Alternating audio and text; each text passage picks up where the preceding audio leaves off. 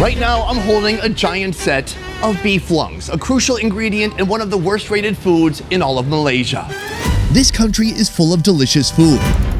But this time, I've asked my audience to suggest their worst rated foods in all of Malaysia. And today, I'll be trying those foods. A soup made with fruit.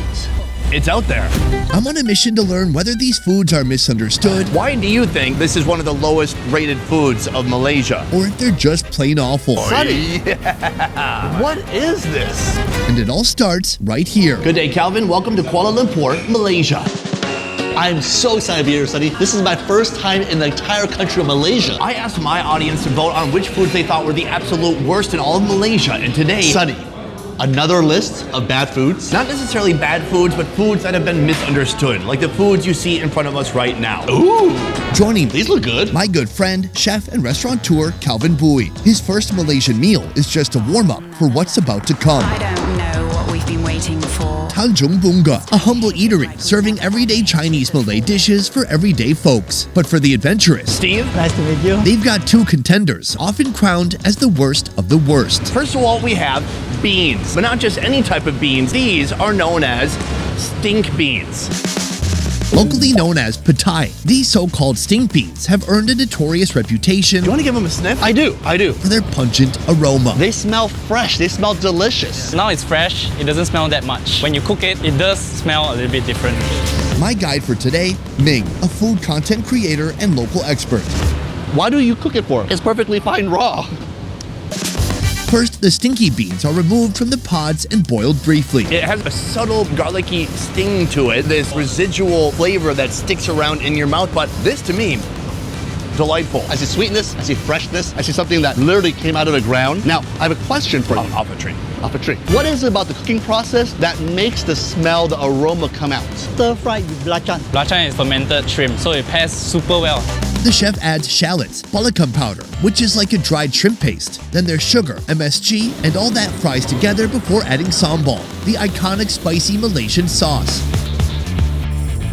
In go the stink beans, some bell peppers, a touch more sugar, and the fried shrimp. It's all stirred together until the flavors meld, combining the powers of the pungent bean aroma with smelly fermented shrimp. It's a 1-2 punch of pure stinkiness. We have it very commonly during dinner, during lunch. Yet somehow it ended up on our list, and I think that folks here assume Calvin and I will be afraid of beans that are stinky. Yeah, you guys are not afraid of anything. I think we just give it a nice big scoop. I've got so many of those beans right here. You ready to do it? Yeah. Cheers. Well, the texture changes a lot after it's cooked. It becomes more crunchier. There's a fermented quality. I think fermented shrimp is working hand in hand with those beans to create the pungent flavor. I wonder with the bean and the shrimp combo. Ah, yes. So good. I like it. I do too. It's better with the shrimp. The shrimp adds a nice sweetness to this dish. I think this dish has a bad rap. If they change the name from stink bean to something else, this dish would be amazing. Why do you think this dish gets a bad rep? Some people don't like that distinct flavor. It's not really tasty to them. You wouldn't want to eat this before going on a date. I've been married for several years. I don't care. A typical normal person, like, me, age 24, getting a date for the first time in 4 years, I would not eat that beforehand. But I would eat something else so I wouldn't be so hungry at the restaurant because I was broke. Eat a lot of bread. Right. Yeah. What now? If that pungent plate wasn't enough, then how about this? A second contender from my audience worst rated list.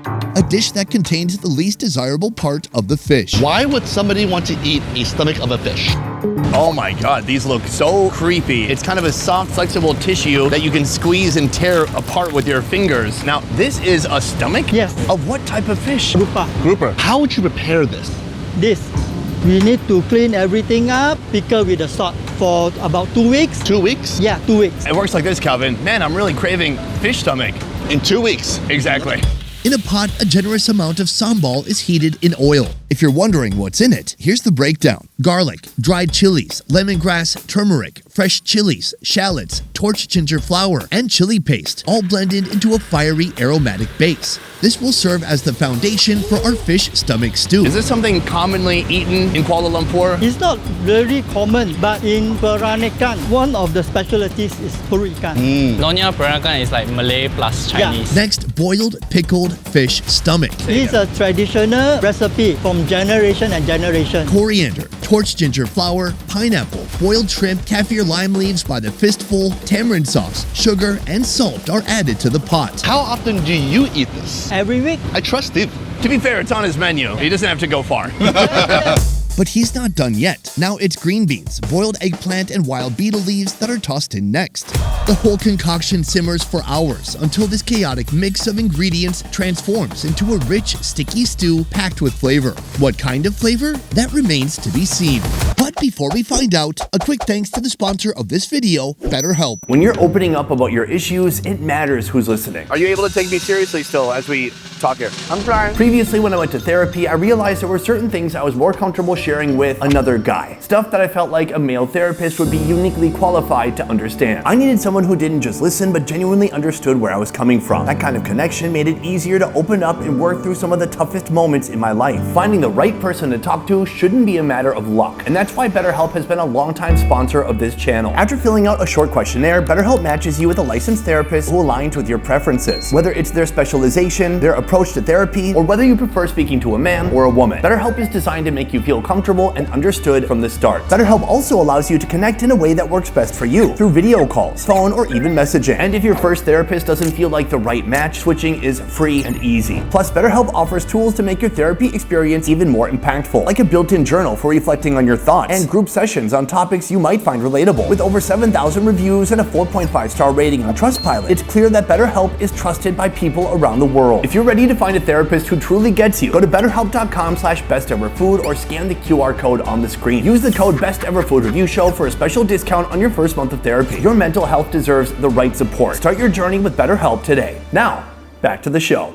Nyonya people, they do eat this with right hand, not left. You know why? Because I don't know, because you're sitting on my left. Right hand is for doing activities like eating and shaking hands. The left hand is for cleaning your butt. What? Yeah. So let's go for it. So No. the fish stomach was so apparent when I was holding it earlier, but now it's hard to discern any fish parts at all. I'm getting in here with my fingers. I feel vegetables. Where'd the fish go? Is that? Yeah. I was hoping for some big pockets of stomach. Yeah, well, how do I know what a liver is and what a green bean is? Well, so this is your first time trying this dish? First time trying this. Why yeah. haven't you tried this yet? Because Nyonya cuisine is rarely found in Malaysia, especially KL. Gentlemen, this is going to be a new experience for all of us. Let's go for it. That's good. Sweet, sour, savory, a little interesting herbs there. The meat is not super apparent, This is so delicious. but the taste is amazing. I'm going to try just a piece of the fish meat, Calvin. Oh, let me go find that. Oh, It's good. and that sauce is so delicate. You could tell it was meat, but it was very soft, very flavorful. It really just blends in with all the other ingredients. I don't know what issue people would have with this other than they're freaked out by the idea of fish entrails in their body, inside of their entrails. This has to be quite unique as a flavor to Malaysia, but it's really, really good. It's so good. It's really, really good. Today we have a long list of freaky foods to try out, Calvin. Foods that are on the worst rated list for a reason. This is a warm-up, but from here it's gonna get very serious. And by the end of this video, we are gonna be trying something so unusual, few local Malaysian people can even bear it. What do you got in mind? You'll find out soon.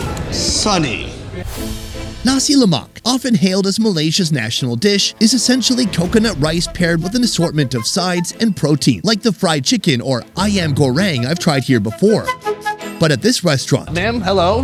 the coconut rice is served with something much less familiar. It looks like one of your main meat options here is this. An alien? This is a big, beautiful set of beef lungs. This is the wind tube right here. You take a deep breath, it goes down this, and then the air gets dispersed through these two lungs. There's villi inside that absorb the oxygen, and then you blow out the carbon dioxide. How do you know so much? Also, it makes a great dish, apparently. This is considered an organ. Yeah. I'm gonna go with this one. You got anything else? No.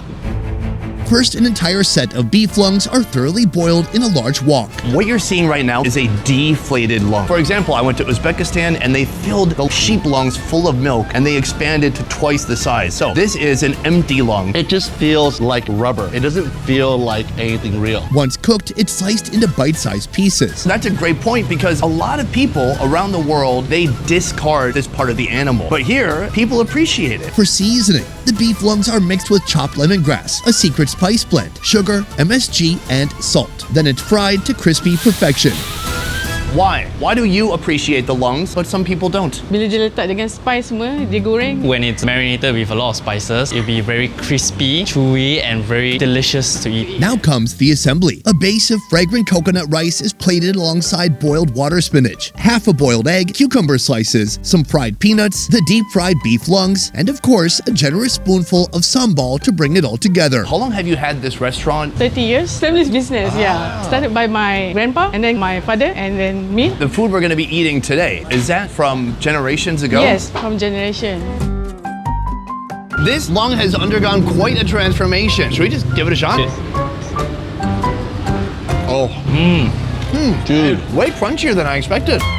There's layers of flavor. It's crunchy, then it's spongy. It soaks up all that flavor so well. I have this before, the sambal version, but this one's so much better. It's crazy good. It's really good. The question arises, why do people vote this as one of the worst dishes here in Malaysia? I think it's because people don't like intestines and whatsoever that's organ-based. You're not just talking about outsiders, you're talking about Malaysian people. Yes, Malaysian people as well. I think most people don't like it because they've never tried it. That's a good point. And I feel like that's been a theme in this series so far. People not liking foods because they're intimidated by them, but they've never actually tried the food. But as far as I can see, this is delicious. When you mix it with the other ingredients, it gets even better. With the rice, the sambal, the peanuts. I will come back here again. And you, as a local, you've had it before, but it's your first time having it this way. I love it. It's recommended. There you go. What else do you need to hear? Myth busted. Soon we'll see what happens when you turn the smelliest fruit in Asia into a savory fish soup, one of the worst rated foods in Malaysia. But next, we're after one more prized organ, a strange protein that when eaten is said to give women super baby-making abilities. So what is it? Sir, very exciting to meet you. Very happy to be here. Tong Lang Sang restaurant, not the one next door, is dishing up a dining option with an ingredient Sonny, what is this? most have never dreamed of tasting. That, my friend, is a fallopian tube. Sorry, Tom. The owner, Mr. Tong, tells us more. Where do you even get a fallopian tube? 賣豬肉的人能買的咯。 From the pig farmers. That's a great answer. That adds up. Now, what I believe is that between the ovary, the part that holds the eggs, and the uterus, the part where they grow the baby, this is a super highway transporting that potential piece of life. Where did you get the idea to come up with a dish with the fallopian tube? 以前学徒的时候跟师傅学的，哪里来？应该是广东吧，我猜。这种外国进口的啊。 Now, are you the guy in Jurassic Park who stole all the dinosaur specimens? Is that you? That is you! To make this dish, the fallopian tubes are boiled, Is it expensive or is it very affordable?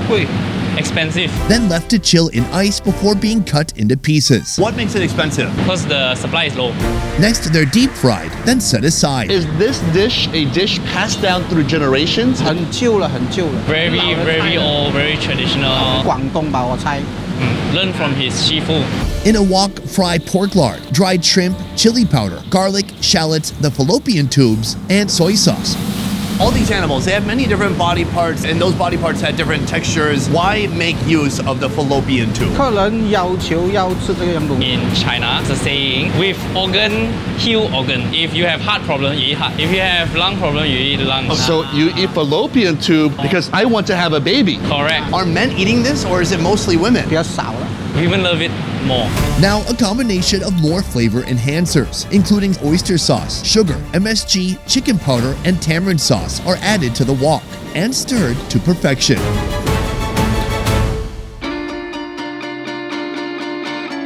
Gentlemen, white rice, fallopian tubes. Is there anything else you need in life? Calvin, take a look. You can't really see it from all the way over. Okay, let me help you with that. There we go. And coming your way. Here we go. And Calvin, take a look at that. Wow! So shiny. It's glistening, isn't it? Not only does it look delicious, but it reminds me of chitlins in the South. Which are usually made with intestines, right? Yes. So have you had fallopian tube before? No, fallopian tube is not as common, but intestine is very common. My biggest concern though, did they clean it properly? Because it can taste a little bit, PU. I think, well, look. I think so. I'm not mixing it with rice. I'm just getting a spoonful of tubing and going to town. Gentlemen, cheers. Cheers.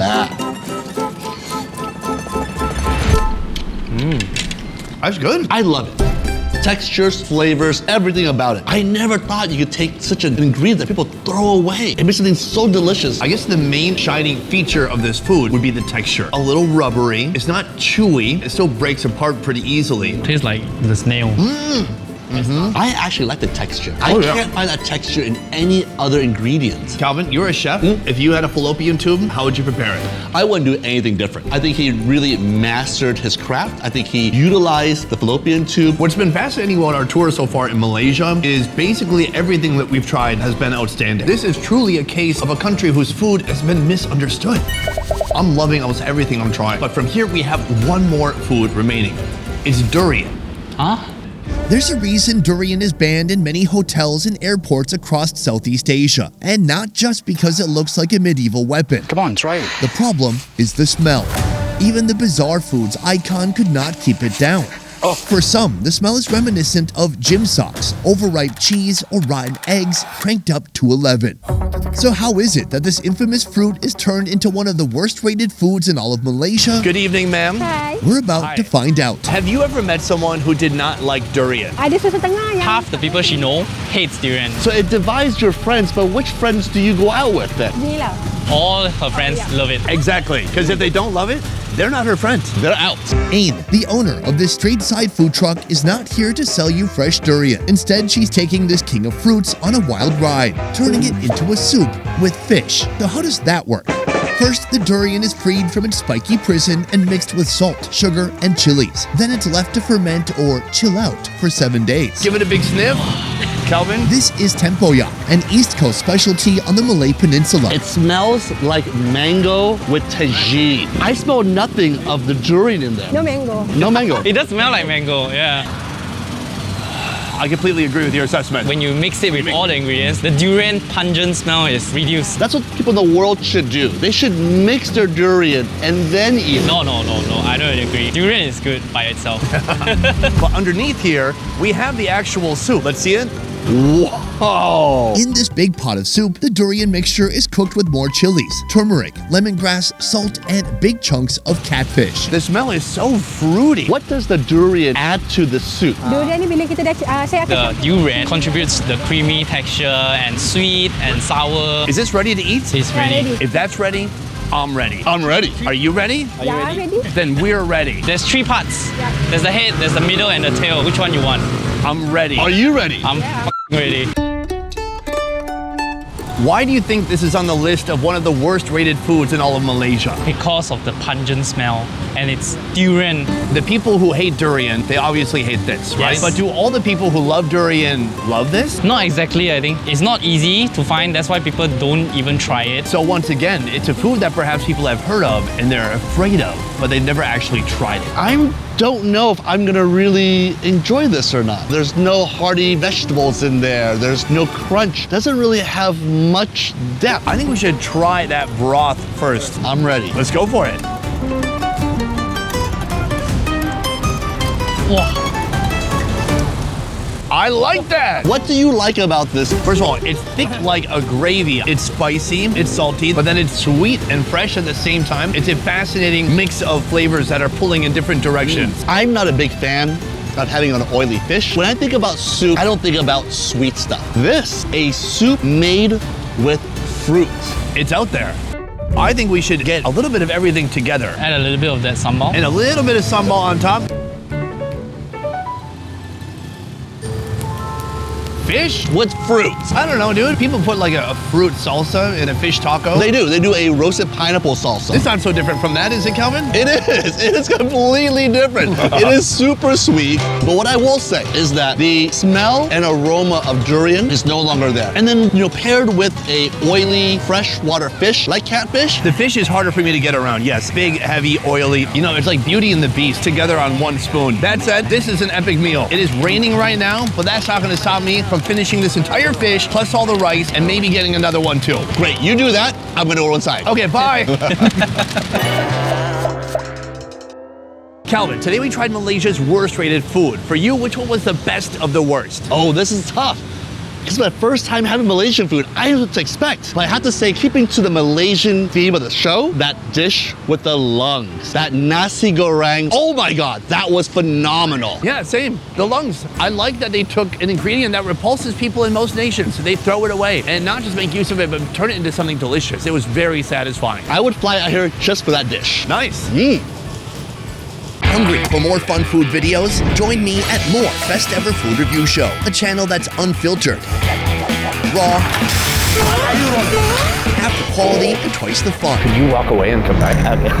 Oh, look, the server. Subscribe now and you probably won't regret it. I'm very happy to be here. This is my friend Calvin's very first time in Malaysia. Welcome. Thank you. Are you the mayor? No. I asked my audience to vote on which foods they thought were the absolute worst in all of Malaysia, and today we're gonna eat those foods. Sunny. More foods on that list. What? Sunny. Another list of bad foods. Calvin, you have to get another one, and we have to get a clean take of putting it in our mouth without you dropping it. You saw that? Yes.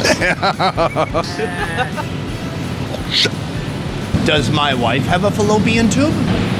Yes. Hold on, how would you know? I'm asking this guy.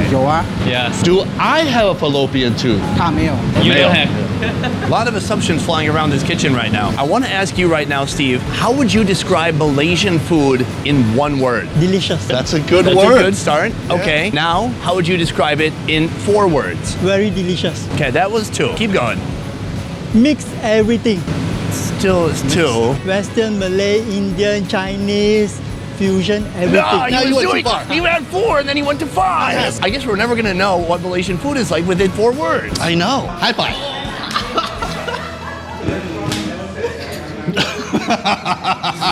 Boom, guys, that is the end of the video. I want to say a huge thank you to Ming right here. You can find him on his social media here, Instagram handle. Go give him a follow and follow his fun food adventures here in Malaysia. Thanks, Ming. I had a really good time with you guys. I hope you guys had a good trip in Manila. Thank you. I also want to say a huge thank you to my guy, Calvin, over here. Hey, Calvin, you can find him at FKN Deliciousness on Instagram and all of the other social medias too. Otherwise, that is it for this one. Thank you so much for watching. I will see you next time. Peace. Now the dish is called nasi lemak Paru Goreng. So don't kill me in the comments, guys. I love you. You're dead. You're already roasted. All right, bye. Bye.